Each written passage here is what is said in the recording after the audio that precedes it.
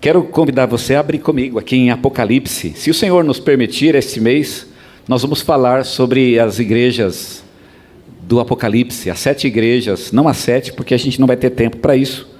Mas eu quero falar um pouquinho sobre essas igrejas, que são tão importantes. E no aniversário da igreja, elas têm lições muito importantes para nos transmitir. E eu quero falar sobre a igreja de Laodiceia hoje, tanto hoje pela manhã, como hoje à noite. E o texto que vamos ler é Apocalipse, capítulo 14, versículo 22. Apocalipse, capítulo 3, versículo 14. Ok? Apocalipse 3, 14. A gente vai ler até o 22. E vamos aprender um pouco a respeito da igreja de Laodiceia e o que essa igreja tem para nos ensinar. Diz assim a palavra do Senhor: ao anjo da igreja em Laodiceia escreve: isto diz o Amém, a testemunha fiel e verdadeira, o princípio da criação de Deus. Conheço as tuas obras, que nem és frio nem quente. Oxalá foras frio ou quente. Assim, porque és morno e não és quente nem frio, vomitar-te-ei da minha boca. Porquanto dizes: rico sou, e estou enriquecido, e de nada tenho falta, e não sabes que és um coitado, miserável, e pobre, e cego, e nu. Aconselho-te que de mim compres ouro refinado no fogo, para que te enriqueças, e vestes brancas para que te vistas, e não seja manifesta a vergonha da tua nudez, e colírio, a fim de ungires os teus olhos para que vejas. Eu repreendo e castigo a todos quantos amo. Sê, pois, zeloso e arrepende-te. Eis que estou à porta e bato. Se alguém ouvir a minha voz e abrir a porta, entrarei em sua casa, e com ele cearei, e ele comigo. Ao que vencer, eu lhe concederei que se assente comigo no meu trono. Quem tem ouvidos, ouça o que o Espírito diz às igrejas. A cidade de Laodiceia era uma cidade muito grande, uma cidade famosa, inclusive na antiguidade, um centro bancário, uma cidade muito rica. Ela era famosa por suas tecelagens. Ela fabricava lã e havia um processo que era muito famoso na antiguidade, de fabricação de lã negra. E a lã negra vinha da cidade de Laodiceia e dos seus arredores. Famosa também por causa de uma escola de medicina que havia nessa cidade. E havia nessa escola, entre algumas coisas que ela tinha desenvolvido, os alunos e os professores dessa escola tinham desenvolvido um chamado pó frígio. E o pó frígio era uma espécie de pó que era soprado nos olhos da pessoa, e ela então era curada de algumas moléstias e enfermidades dos olhos, um tipo de um colírio muito eficiente. E não é por outro motivo que esse texto ele cita inclusive o colírio. Essa igreja foi fundada durante o ministério de Paulo em Éfeso. Nós sabemos que Paulo ficou em Éfeso durante 2 anos, e foi nesses 2 anos que essa igreja foi fundada. Ela foi fundada durante o ministério de Paulo, mas não exatamente por Paulo. A igreja foi fundada por Epáfras, que foi um discípulo de Paulo em Éfeso. E Paulo, depois de muitos anos, ele escreveu uma carta a esta igreja, depois de alguns anos de sua fundação. Ele escreveu uma carta para essa igreja, e a gente fica sabendo quando a gente lê a carta de Colossenses. A gente sabe que Paulo escreveu uma carta para os laodicenses, mas essa carta foi perdida e nós não temos este documento. Isso está lá em Colossenses capítulo 4, versículo 16. 30 anos depois, João escreveu uma carta também para esta igreja. Só que quando João escreveu esta carta, o cenário era outro. A decadência era geral. Os tempos de glória tinham passado, e agora essa igreja tinha caído de uma forma muito triste. E agora, quando João escreve o seu Apocalipse para 7 igrejas, ele inclui a igreja dos Laodicenses, e a igreja dos Laodicenses, a gente percebe, naquela altura de sua história, era uma igreja reprovada. Triste a história dos laodicenses. Não era só uma igreja reprovada. A igreja dos laodicenses, ela é, das 7 igrejas da Ásia para as quais João escreve, a pior igreja. Eu quis começar com essa, e nós vamos falar sobre elas durante este mês, mas eu comecei com a do Laodicenses, exatamente porque a dos Laodicenses é a pior. Se nós não tivermos tempo, ou acontecer alguma coisa que nós não vamos mais falar sobre nenhuma igreja, pelo menos essa nós deveríamos aprender algo sobre ela, porque ela é a pior das 7 igrejas. Ela é a que tem o pior estado espiritual das 7 igrejas. É aquela que recebe a condenação mais dura da parte de Deus. É aquela para a qual Jesus Cristo lança as palavras mais ásperas. E aí eu pergunto para vocês, qual foi o inimigo que destruiu esta igreja? O que aconteceu com ela? E quando eu leio a carta que João escreve, ou a seção que descreve a igreja de Laodiceia, eu tenho uma certa dificuldade de encontrar exatamente qual foi o inimigo, ou o que foi que destruiu esta igreja. Qual foi o terrível inimigo? E é estranho, porque não foram os inimigos que destruíram as outras igrejas da Ásia. Por exemplo, perseguições. As igrejas da Ásia, elas viviam em torno das perseguições, e realmente isso era um grande problema e uma dificuldade para as igrejas. Essas perseguições, elas aconteciam, por exemplo, em Esmirna, e João escreveu uma parte do Apocalipse para Esmirna. Inclusive em Esmirna, essas perseguições, elas mataram o próprio pastor da igreja, o pastor da igreja. Em Pérgamo acontece também a mesma coisa. Pérgamo sofre também perseguições. A igreja de Éfeso tinha perseguições e enfrentava oposição. Mas aqui em Laodiceia nós não temos perseguições. Também não foi a luta contra os judeus. Os judeus, eles causaram muitos problemas em Esmirna. E lá no capítulo 2, versículo 9, a gente vê que Paulo chama os judeus de sinagoga de Satanás. Então é como se os judeus fossem usados pelo diabo para atentar contra a igreja, mas aqui Laodiceia não tem problema com os judeus. Não foram as falsas doutrinas, que estão presentes em várias das 7 igrejas. Falsas doutrinas estavam, por exemplo, em Pérgamo. Paulo diz que em Pérgamo havia uma tal doutrina de Balaão. Eu não sei o que é a doutrina de Balaão, mas pelo nome eu vejo que não pode ser uma coisa muito boa. Tinha também a doutrina dos nicolaítas, e a gente não sabe também o que é isso, mas Paulo diz que aquilo foi realmente uma coisa muito terrível, e que estava ameaçando a igreja de Éfeso. E na igreja de Éfeso, Paulo diz para esta igreja: vocês colocaram essas pessoas à prova, e vocês os rejeitaram. Então essas igrejas lutavam contra falsas doutrinas, e isso realmente era uma dificuldade para essas igrejas. Também não é o problema da imoralidade, e haviam igrejas na Ásia que estavam enfrentando o problema de imoralidade, de prostituição. Por exemplo, era o problema de Pérgamo. Pérgamo enfrentava um problema com imoralidade. Não é o problema aqui de Laodiceia.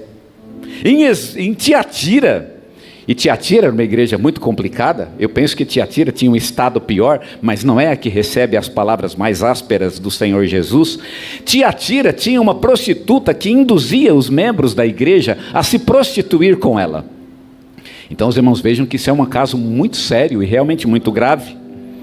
Pérgamo, por exemplo, era uma cidade, e Tiatira então tinha essa grande dificuldade, e a igreja enfrentava o problema da prostituição.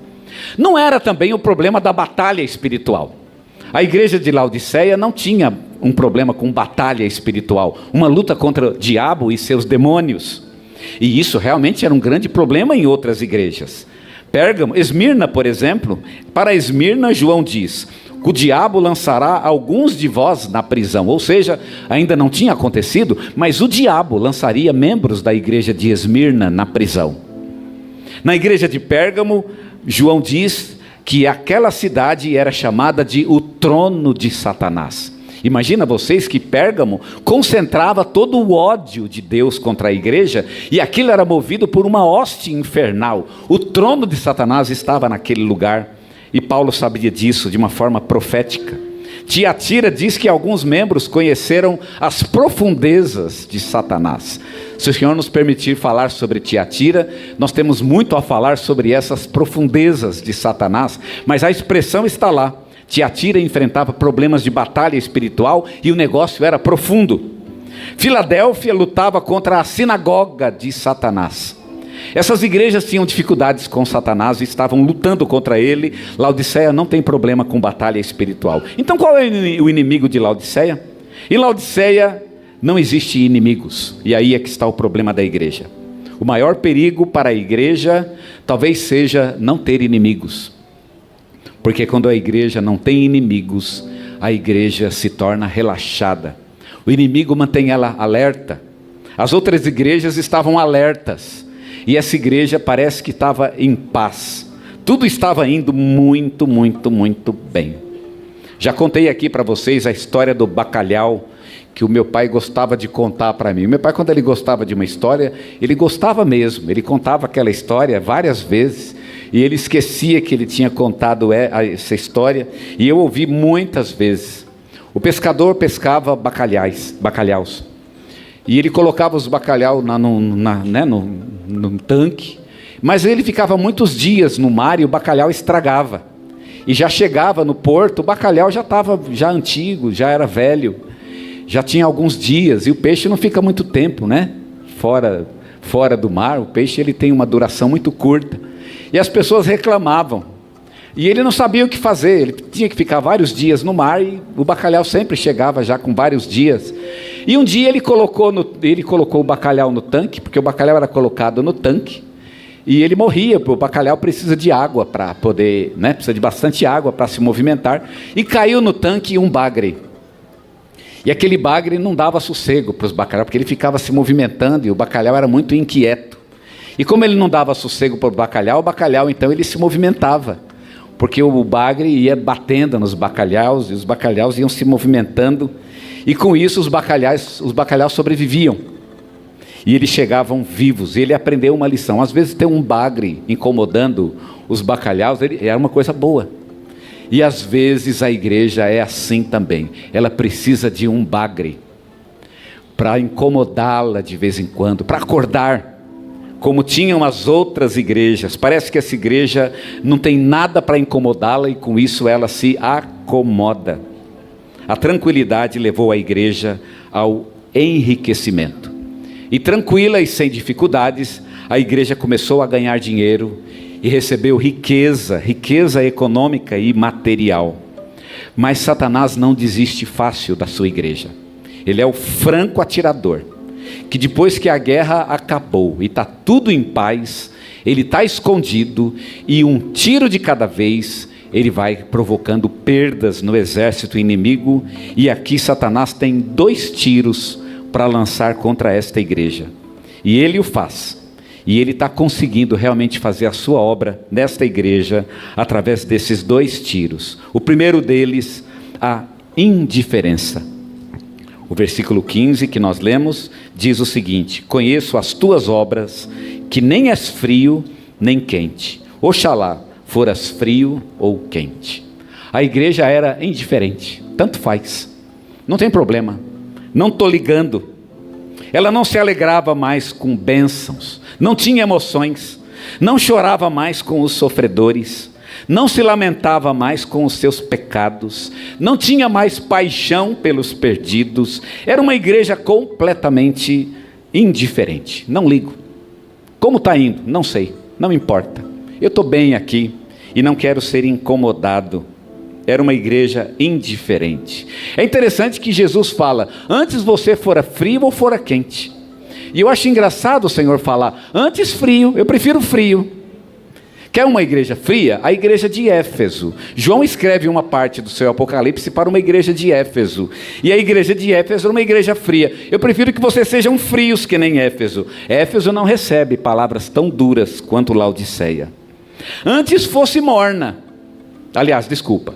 Antes fosse quente ou fria, mas era uma igreja morna. E porque era morna, Jesus diz: eu vou vomitar vocês da minha boca. Porque é para isso que serve água morna. Água morna serve como vomitório.